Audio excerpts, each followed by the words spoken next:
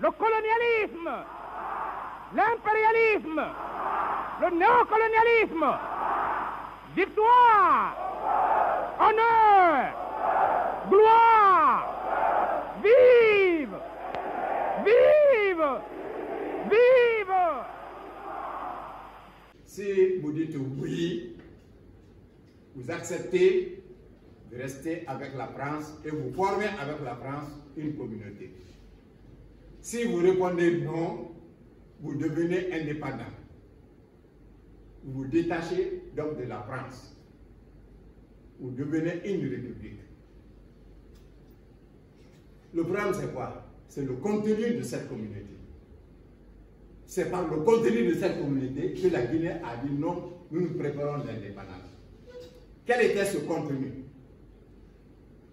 Je vous ai rappelé que dans le préambule de la Constitution, il est écrit que la communauté est fondée sur l'égalité et la solidarité des peuples qui la composent.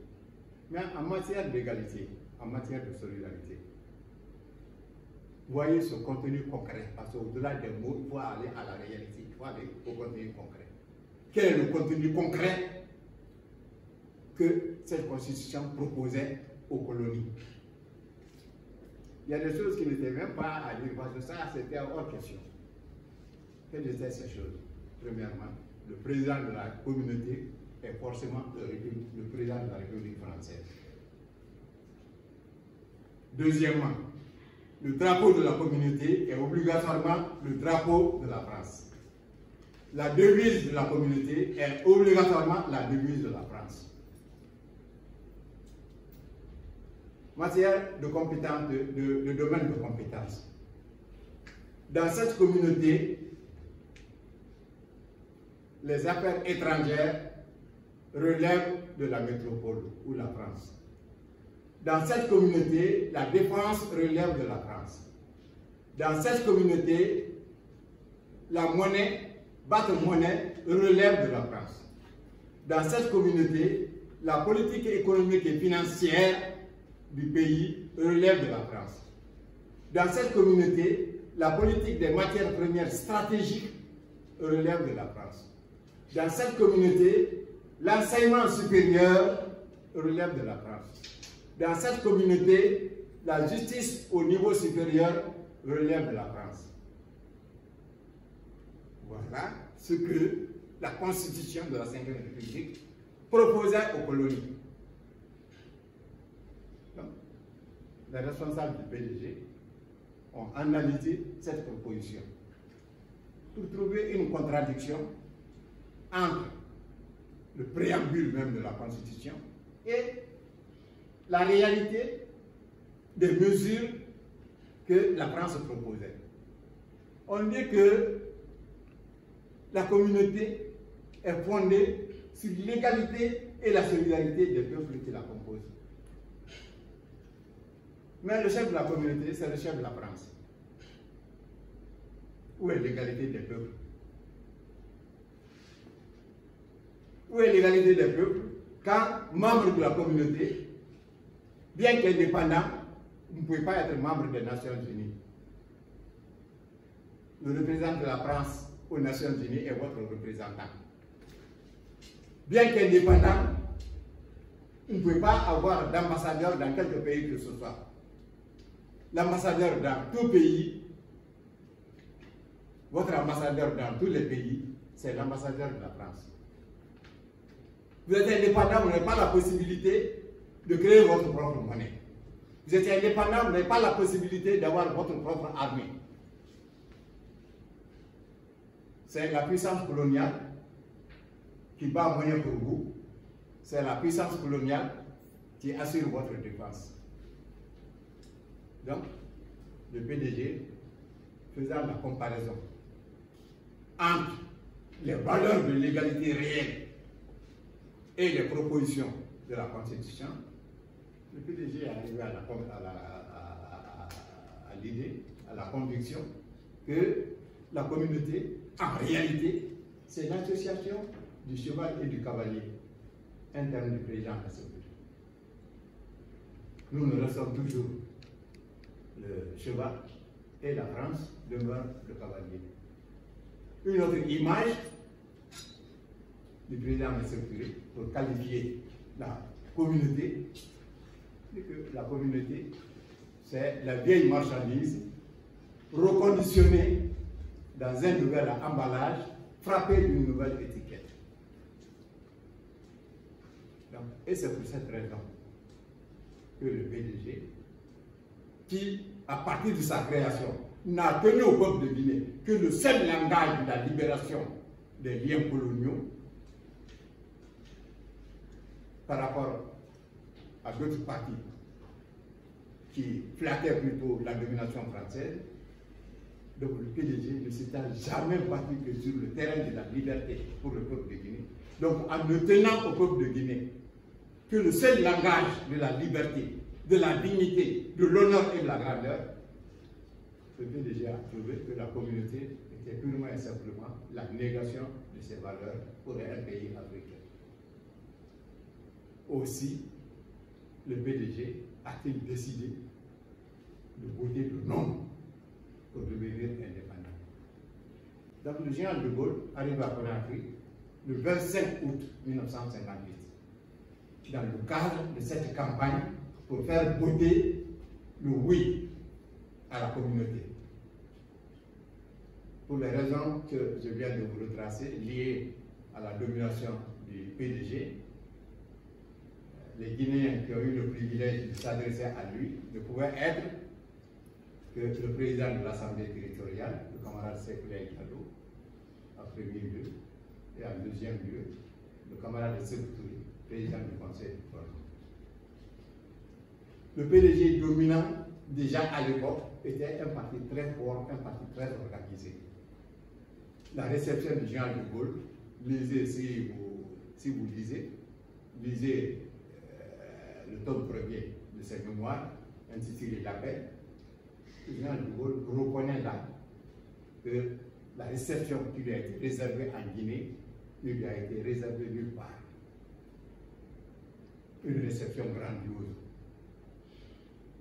selon la tradition africaine qui veut que l'étranger, on le respecte, l'étranger, on l'accueille bien. C'est cet accueil-là qui a été réservé au général de Gaulle. Un accueil formidable. Il le reconnaît, je vous le répète encore, dans ses mémoires. Mais, fort malheureusement, avec l'esprit colonialiste, il s'est mépris sur la signification de cette réception. C'est pourquoi, dans son discours, il a dit que la réception qui lui a été réservée ne pouvait être que l'expression de l'attachement des Guinéens à la France. Et que, pour lui, cet attachement était naturel, c'était dans la logique des choses. Parce que la France n'a nullement à rougir de l'œuvre qu'elle a accomplie dans la colonie. Et pour montrer que le colonialiste ne nous dira jamais une bonne idée vis-à-vis du colonisme. Le témoignage de cette bonne œuvre de la France dans les colonies, c'est quoi? Qu'est-ce que le général de Gaulle a cité? Il dit que quand il entend le président de l'Assemblée territoriale qui lui a souhaité la bienvenue parler, et après celui-ci, c'était le président du Conseil de gouvernement, Sékou Touré, qui a parlé. Le général de Gaulle dit que quand il entend ces gens parler, il est fier de l'œuvre accomplie par la France, parce que ces gens traduisent une formation qu'ils doivent, d'une certaine manière, à la culture française. Le président Sékoulaye, président de l'Assemblée territoriale, est le premier à prendre la parole pour s'adresser au général de Gaulle. Mais tout compte fait, moi je trouve que le président de l'Assemblée territoriale a été plus dur avec le général de Gaulle que le président Sékou Touré dans le discours. En résumé, qu'est-ce que le camarade Sékoulaye a dit? Le camarade Sékoulaye dit que le général de Gaulle est venu trouver en Guinée ici des patriotes fermement décidés à défendre leur patrie africaine. Le mot patriotisme a sonné en premier lieu dans le discours du camarade Sékou Laye. Et il a dit fermement décidé à défendre leur patrie africaine. Et là maintenant où le général de Gaulle voudrait comprendre qu'il a été insulté, c'est lorsque le camarade Sékou Laye ajoute que dans cette position de fermeté, de la volonté d'être libre, que les Guinéens ne peuvent que se sentir à l'aise devant le général de Gaulle. Et pourquoi? Le général de Gaulle est l'incarnation du patriotisme. Voilà en substance le discours du camarade Sékou Laye. Ça, les choses étaient ramassées et présentées globalement au général de Gaulle. Le camarade Sékou Laye finit son discours en disant que le président du Conseil de gouvernement va développer, détailler la position guinéenne par rapport au projet de la Constitution. Et qu'il va donner la parole au secrétaire général du parti. Donc le président M. Sékou prend la parole, et comme vous l'avez suivi, il dit que vraiment l'homme est né naturellement libre. Et qu'il ne faut pas réduire la liberté de l'homme. Maintenant qu'on nous pose la question de savoir, devons-nous demeurer dans l'esclavage ou devons-nous demeurer ou aller plus à l'indépendance, que la question ne se pose pas pour les Guinéens, que nous préférons la liberté, même dans la pauvreté, à la richesse dans l'esclavage. Ça a été le discours, en substance, le discours du président Massi. Le général de Gaulle, très choqué, parce qu'il ne s'attendait pas à ce que le colonisé s'adresse à lui en des termes comme ça. Mais c'est contenu pour parler aussi. Vous savez ce qu'il a dit. Il a dit que l'indépendance était à la disposition de la Guinée. Que la Guinée pouvait prendre l'indépendance en disant non à la France. Que la France va tirer les conséquences de cette position de la Guinée. Que mais la France ne fera pas d'obstacle. Bon, mais là encore, l'histoire retiendra que le colonialisme ne fera jamais de mentir. Le général de Gaulle a dit de son discours en fait quoi? Que la France ne va pas faire obstacle à l'indépendance de la Guinée. Mais quand il a été question que la Guinée soit admise aux Nations Unies, il n'y a pas ce que la France n'a pas à faire pour obstruer la voie de cette reconnaissance de la Guinée comme membre des Nations Unies. Ici, il faut louer le président Eisenhower des États-Unis d'Amérique. Il a été pour beaucoup dans l'admission de la Guinée aux Nations Unies. La Guinée, il a envoyé aux Nations Unies pour cette reconnaissance des cas de souveraineté, de grands patriotes comme Ghana, Diallo, Abdoulaye Ghana Diallo, comme Téli Diallo, comme l'appui du Ghana et l'appui du gouvernement américain. C'est ce groupe qui a œuvré pour l'admission de la Guinée aux Nations Unies. Et le 12 décembre 1958, la Guinée a été admise aux Nations Unies, pour vous rappeler, comme 82e membre. Mais l'opposition de la Guinée, de la France à l'indépendance de la Guinée, ne s'est pas limitée là. Jusqu'en 1984, la France va reprendre des complots pour renverser le régime révolutionnaire de la Guinée. Dans la logique de l'histoire, la France avait raison de s'en prendre à l'indépendance de la Guinée. Parce que non content de se libérer de sa domination, la Guinée s'est engagée à libérer les autres colonies de la domination française. L'indépendance de la Guinée était la dénonciation de la France dans ses principes coloniaux. Donc, on connaît les entreprises de Focard contre l'indépendance guinéenne. En 1984, ce que le PDG a appelé le complot permanent a triomphé et le CMRN a pris le pouvoir pour assurer la vengeance de la France sur le vaillant peuple de Guinée. En 1984, moi j'étais le directeur général du commerce intérieur. Je cumulais ce poste avec celui de chef de la division échange de services du bureau central d'études de projet à la présidence de la République. C'est pour dire que j'étais en plein dans le régime de la Révolution et je savais beaucoup de choses du régime de la Révolution. Mais dès le lendemain du coup d'État militaire du 3 avril 1984, on a vu partout des conseillers français doubler les ministres qui avaient été nommés. Dans tous les ministères, il y avait des ministres qui étaient conseillers des ministres. Que ce cela veut dire. Et au niveau de la banque,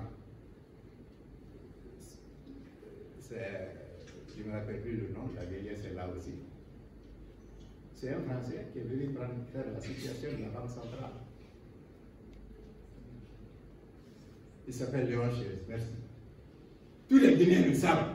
On a beau être anti-sécurité, ces choses-là, on les a observées. Peut-être vous, vous êtes jeune, vous n'étiez pas grand encore. Mais vos papas, vos mamans, en vous disant la vérité, reconnaîtront ce que je viens de vous dire.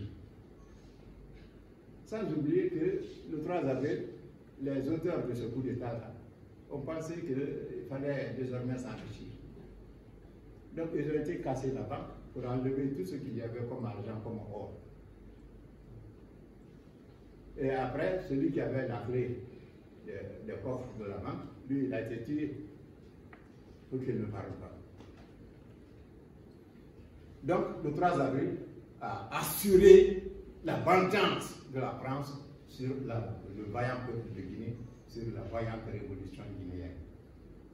C'est pour cette raison qu'à partir de 1984, les dates historiques du 25 août, du 2 octobre, du 28 septembre, du 22 novembre ne sont pas commémorées comme elles méritent de l'être pour flatter l'orgueil du Guinéen, pour flatter le patriotisme du Guinéen, pour flatter le sens de l'honneur et de la grandeur du Guinéen.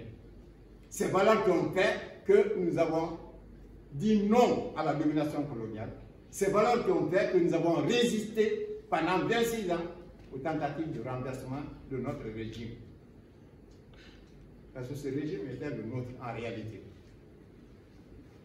Bien que les déserteurs de la Révolution, ceux qui ont fui la Révolution, prétendent que c'était un régime dictatorial. Ce sont des histoires, purement et simplement. Un régime dictatorial qui de distribuer des armes à tous les citoyens. Moi, j'ai été directeur de 2 octobre. En 1974, 1976. Chaque école avait un magasin d'armement.